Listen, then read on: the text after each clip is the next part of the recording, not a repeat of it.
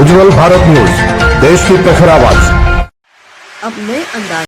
नमस्कार, उज्जवल भारत न्यूज के breaking news में आप सभी का स्वागत है। सबसे पहले समाचार वेरावल से। गिर सोमनाथ वेरावल के पास ट्रेन की चपेट में आने से एक बुजुर्ग की हो गई है मौत। घटना डाभोर रोड रेलवे फाटक के पास की है। सुबह इंटरसिटी ट्रेन की चपेट में आने से एक वृद्ध की मौत हो गई है।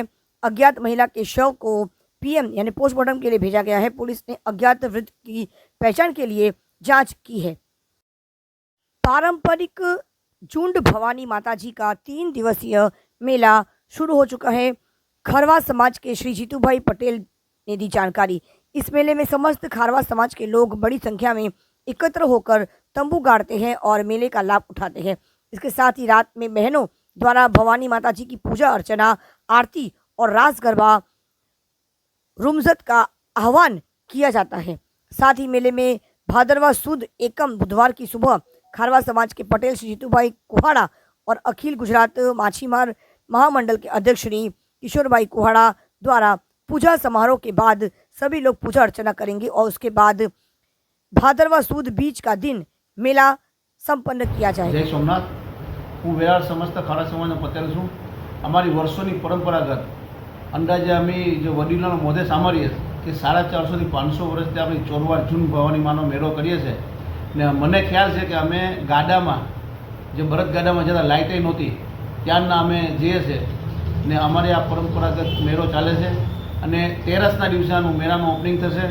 અમારા અખિલ ગુજરાત માછીમાર મહામંડળના અધ્યક્ષ અને ખારવા સમાજના અધ્યક્ષ કિશોરભાઈ કોરાના હાથે અને મેળાનું 13ના દિવસે પ્રારંભ થશે અને મેળો આ મેળો છે એ ખારવા સમાજની પરંપરાગત ચાલે છે ને આ મેળા 5 થી 6 દી ચાલશે અને આ વર્ષે 2 અમાસ છે તો મને એવું લાગે છે કે 7 દિવસ મેળો ચાલશે આ ને માતા ભવાનીના સાનિધ્યમાં આખા ખારવા સમાજ ઉલ્લાસથી ને રાસ ગરબાથી આ ઉત્સવ મનાવે છે અને માતાજીની કૃપા અમારા પર રહી છે।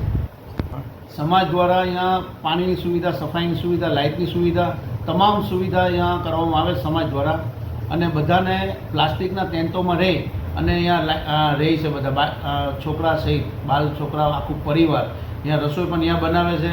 આ વર્ષોની પરંપરા છે ને જાણે જુઓ ને કે માછીમારો 5 દિનો એન્જોય કરતા હોય ને એવું। મેળાની તૈયારી જ્યારે શ્રાવણ મહિનો બેસે ને ત્યારથી જ અમારી તૈયારી ચાલુ થઈ જાય કેમ કે ઝાડવા ઉગી ગયા હોય તેની સફાઈનો ટાઈમ લાગે અમને, પછી લાઇટ કનેક્શન લેવું પડે જીબીમાંથી અને જેટલી ફોર્માલિટી હોય પોલીસની ને એ અમે કરીએ છીએ। અને એક મેસેજ ખાસ યુવાનોને હું આપવા માગું છું કે આપણે મેળો આપણો માતા ભવાનીનો છે એટલે એમાં ધામધૂમથી મેળો કરવાનો છે તો આપણી પોતાની જે ગાડીઓ છે, બાઇક હોય, કાર હોય, એના કાગળિયાની ઝેરોક્સ રાખવાની, આગળ પાછળ નંબર રાખવાના, કાયદો વ્યવસ્થા જાળવવાની આપણી જવાબદારી છે કેમ કે આપણો જ મેળો છે અને ગાડીઓ ખાસ કરીને ગાડીઓ આરામથી ચલાવવાની છે જેથી કોઈ એક્સિડન્ટનો બનાવ ન બને।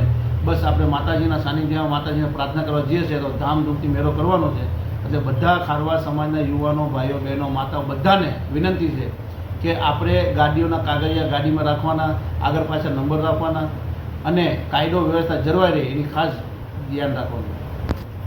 આ અમારે પરંપરાગત મેળો માતા ભવાનીનો જાય છે અને જે ભાદરવાની એકમ આવે જ્યારે એકમ માતાજીનો પૂજાવો ચડે ત્યારે સમગ્ર ગુજરાતમાંથી અને ખાસ કરીને અમારા વેરાળમાંથી જેટલા મિત્રો હોય એ લોકો અહીંયા આવે છે, માતાજીના દર્શન કરે છે અને તમામ લોકો માતાજીના દર્શન કરીને ધન્ય થાય છે, અહીંયા પ્રસાદ લે છે। તો મારી ફરી વિનંતી છે મારા મિત્રો બધાને કે તમે આવો, માતાજીના દર્શન કરો અને અમારા મહેમાન બની જાઓ।